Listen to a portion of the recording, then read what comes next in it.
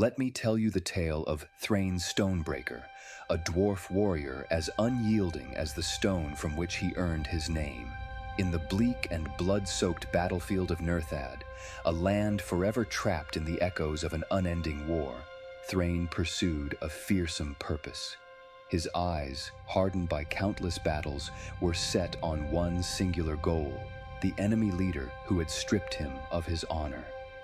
Under the shrouded sky of the haunted fields, he marched alone, his legendary axe, Valorskar, glinting against the shimmering phantoms of fallen comrades. Every chilling gust that swept across the plains seemed to carry whispers of past glories and the groans of dishonored dead, reminding him of the consuming shame he sought to erase. "There is no redemption without justice," he would mutter, a mantra that guided his every step. Yet, inside, his heart waged a different kind of war, as the line between vengeance and justice faded into something darker and more perilous. Thrain trudged through the ashes where once great legions clashed, each stride echoing with memories of his shattered honor. In his mind, the face of his nemesis was ever looming. Athras the Deceiver, a cunning enemy leader who had turned the tide of battle and left Thrain's name in disgrace.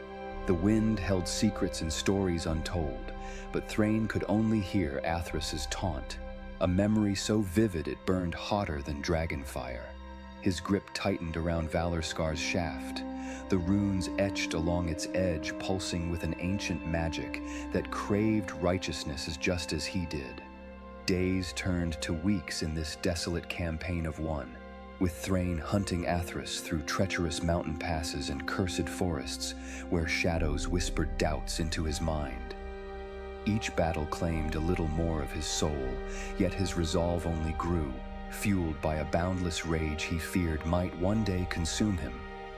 "Is this all there is?" Thrain thought aloud one night, staring into the flickering dance of his campfire, lonely embers reflecting back at him, a face almost unrecognizable, twisted with obsession.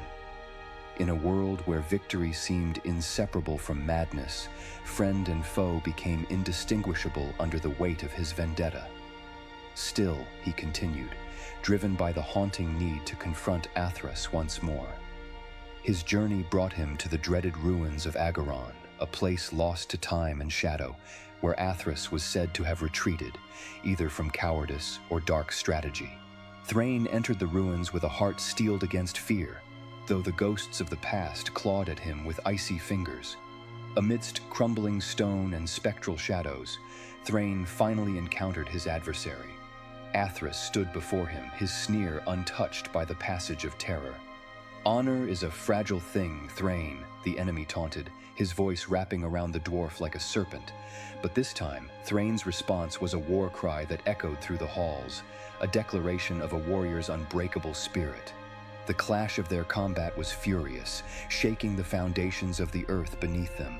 Steel met steel in a dance of death, and the land seemed to hold its breath, awaiting the outcome of this fateful duel. It was in the heat of battle that Thrain realized the truth buried beneath his anger. Honor was not something to regain. It was a presence felt, a guiding star shimmering even in the murk of disgrace. In a final, decisive blow, Valorskar found its mark, cleaving through deception to lay bare Athras's defeat. Yet in that triumph, Thrain saw not the restoration of honor, but the ghost of what he had nearly lost to obsession. With the enemy leader vanquished, Thrain stood amidst the haunted echoes of the battlefield, seeing the path of redemption stretch before him, a journey not defined by revenge, but by reclaiming what it means to live with honor.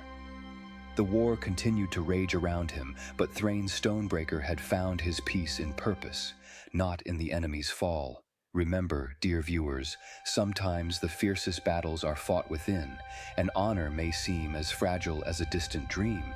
What would you have done in Thrain's place? Suggest the next tale, and perhaps it will be told by firelight soon. And don't forget to like and subscribe to hear more stories that echo across the lands.